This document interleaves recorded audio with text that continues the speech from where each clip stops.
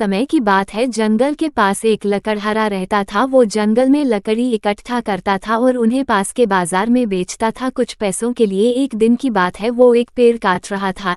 तभी हुआ ये कि गलती से उसकी कुल्हाड़ी पास की एक नदी में गिर गई। नदी बहुत ज्यादा गहरी थी और वास्तव में तेजी से बह रही थी। उसने बहुत प्रयत्न किया अपने कुल्हाड़ी को खोजने की, लेकिन उसे वो वहां नहीं मिली। अब उसे लगा कि उसने कुल्हाड़ी खो दी है।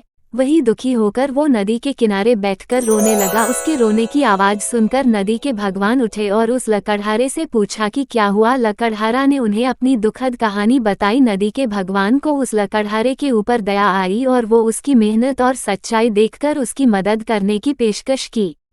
वो नदी में गायब हो गए और एक सुनहरी कुल्हाड़ी वापस लाया, लेकिन लकड़हारे ने कहा कि यह उसका नहीं है। वो फिर से गायब हो गए और अब की बार उन्होंने चांदी की कुल्हाड़ी लेकर वापस आए, लेकिन इस बार भी लकड़हारे ने कहा कि ये कुल्हाड़ी उसकी नहीं है। अब नदी के भगवान पानी में फिर से गायब हो गए और अब की बार वो एक लोहे की कुल्हाड़ी के साथ वापस आ गए। लकड़ी का कुल्हाड़ी देखकर लकड़हारा मुस्कुराया और कहा कि यह उसकी कुल्हाड़ी है। नदी के भगवान ने लकड़हारे की ईमानदारी से प्रभावित होकर उसे सोने और चांदी की दोनों कुल्हाड़ियों से भेंट किया।